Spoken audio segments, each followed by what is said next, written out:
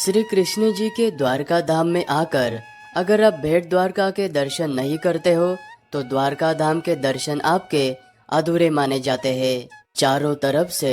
खूबसूरत समंदर के पानी से घिरे हुए एक टापू के ऊपर भेंट द्वारका स्थित है, जहाँ पर भगवान श्री कृष्ण जी अपने रानी के साथ में रहा करते थे। यहीं पर सोने की द्वारका स्थित है और इसी गोपी तालाब में भगवान श्री कृष्ण जी ने आखिरी बार गोपियों के साथ में रास लीला की थी और 12 ज्योतिर्लिंगों में से 7वें ज्योतिर्लिंग के साथ में ही भेंट द्वारका के यात्रा में आने वाले सभी जगह के दर्शन हम इस वीडियो में करने वाले हैं। 1 घंटे का सफर तय करने के बाद हम भेंट द्वारका पहुंच चुके हैं और यहाँ पर लॉकर की फैसिलिटी बनी हुई है, जहाँ पर आप अपने बैग, शूज और मोबाइल रख सकते हैं, क्योंकि मंदिर के अंदर मोबाइल और बैग अलाउड नहीं है।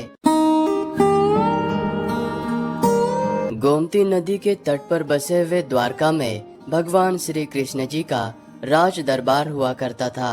और एक टापू के ऊपर बसे हुए इस भेंट द्वारका में भगवान श्री कृष्ण जी का निवास स्थान हुआ करता था और दोनों ही द्वारका में द्वारकाधीश जी विराजमान हैं और इसी जगह पर भगवान श्री कृष्ण जी के बचपन के परम मित्र सुदामा उनको यहीं पर मिले थे और सुदामा जी ने यहीं पर भगवान श्री कृष्ण जी को चावल भेंट किए थे, इसीलिए आज यहाँ पर चावल का भोग लगता है। और भेंट द्वारकाधीश जी के मंदिर में जो भगवान श्री कृष्ण जी की प्रतिमा है, माना जाता है कि उस प्रतिमा को स्वयं माँ रुक्मिणी जी ने बनाया था और इस मंदिर का दर्शन करने का समय सुबह 7:30 बजे से लेकर दोपहर के 12:30 बजे तक और फिर शाम को 5 बजे से लेकर 8 बजे तक का है। भेंट द्वारकाधीश जी के मंदिर से मात्र 2 मिनट के दूरी पर ये श्री सोने की द्वारका पावन धाम मंदिर स्थित है, जिसे गोल्डन द्वारका के नाम से भी जाना जाता है और यहाँ पर आप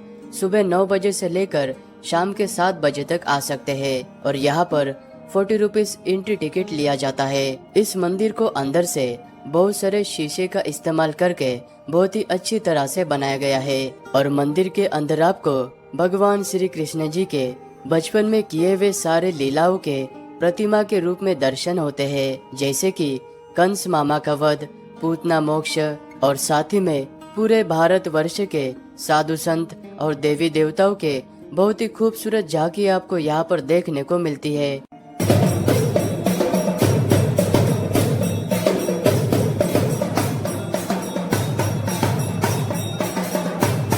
मंदिर के गर्भगृह में हनुमान जी के साथ में उनके पुत्र मगर ध्वज विराजमान है। जब हनुमान जी अपने पूंछ पर लगे हुए अग्नि को बुझाने के लिए समुद्र में गए थे, तब वहाँ पर हनुमान जी के पसीने के एक बूंद को मगरमच्छ ने ग्रहण कर लिया था। तो इस तरह से हनुमान जी के पुत्र की उत्पत्ति हुई थी और इसी जगह पर हनुमान जी और उनके पुत्र के बीच में द्वंद्व युद्ध हुआ था, जो कि दांडी से ये युद्ध हुआ था, इसलिए इस जगह को हनुमान दांडी कहा जाता है। और युद्ध के समय हनुमान जी को पता नहीं था कि ये उनके पुत्र है और मंदिर के अंदर हनुमान जी की प्रतिमा छोटी है, जो कि एक चावल के दाने के बराबर हर साल ये जमीन के अंदर यानी कि पाताल लोक के अंदर जा रहे हैं। 16,100 गोपियाँ यहाँ पर भगवान जी से मिलने के लिए आई थी और तब भगवान जी ने अर्जुन को गोपियों के साथ में सुरक्षा के लिए भेजा था और गोपियाँ जब तालाब में स्नान करने के लिए गई, तब अर्जुन पेड़ के नीचे विश्राम कर रहे थे और उसी वक्त बेल काबा लोगों ने यहाँ पर हमला बोल दिया था और अर्जुन को पेड़ के ऊपर बांधकर उनके पास के सारे शस्त्र ले लिए थे और गोपियों ने अर्जुन को निसहाय देखते हुए बेल काबा लोगों के मारने से पहले ही गोपियों ने अपने प्राण इस तालाब में त्याग दिए। अपना शरीर इस तालाब में त्यागने के बाद गोपियाँ इस तालाब के मिट्टी में परिवर्तित हो गई, इसीलिए इस तालाब के गोपी चंदन मिट्टी को आज भी यहाँ पर आने वाले भक्तगण प्रसादी के रूप में अपने घर लेकर जाते हैं।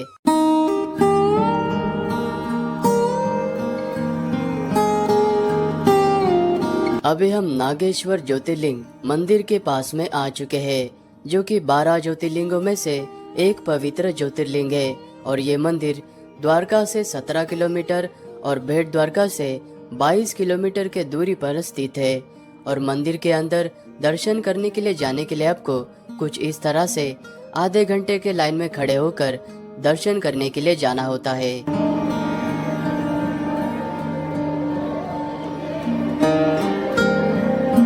इस जगह के कथा के अनुसार प्राचीन काल में यहाँ पर बहुत ही घना दारुक नाम का वन हुआ करता था और इसी जगह पर भगवान शिव और माँ पार्वती ने अपने भक्त सुप्रिया को दर्शन दिए थे और यहीं पर शिव जी ने दारुक नामक राक्षस का वध किया था। मंदिर में दर्शन करने के बाद मंदिर के प्रांगण में आपको ये भगवान शिव जी की 80 फीट लंबी प्रतिमा नजर आएगी। यहाँ पर आप दर्शन करके अच्छे फोटोज क्लिक कर सकते हैं।